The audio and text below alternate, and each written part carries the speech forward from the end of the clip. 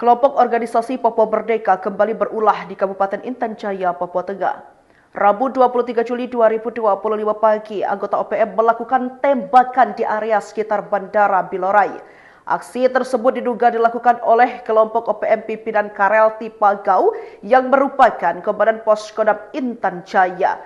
Akibat kontak tembak tersebut menyebabkan aktivitas bandara lumpuh total. Sejumlah penerbangan pesawat dari Kabupaten Mimika maupun Kabupaten Nabire terpaksa tidak dilanjutkan. Penerbangan tidak berjalan guna mengantisipasi hal-hal yang tak diinginkan. Nampak dalam video yang beredar terdengar bunyi tembakan di sekitar bandara sehingga membuat warga panik. Seluruh personel juga melakukan siaga guna mengantisipasi aksi susulan dari OPM. Saat ini sedang dilaksanakan pengejaran dan penindakan terhadap OPM tersebut dalam kondisi cuaca hujan deras. Hingga berita ini tayang belum ada keterangan resmi dari pihak terkait. Kontak, baku temu di mana?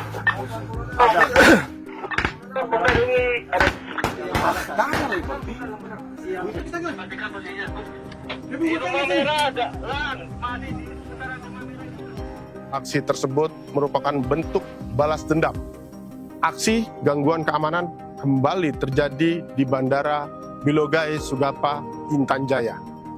Pada hari Rabu 23 Juli 2025 terdengar 4 kali letusan senjata api yang diduga dilakukan oleh kelompok kriminal bersenjata dari arah Terminal Laut.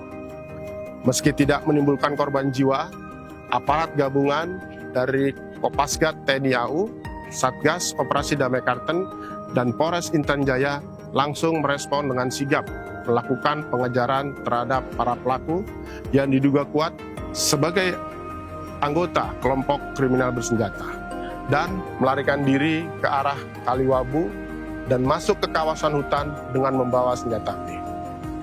Diduga kuat, aksi tersebut merupakan bentuk balas dendam atas tewasnya pimpinan kelompok kriminal bersenjata atas nama Enos Tipagau dalam operasi sebelumnya. Polri menegaskan komitmennya menjaga situasi tetap aman dan terkendali di wilayah Intan Jaya.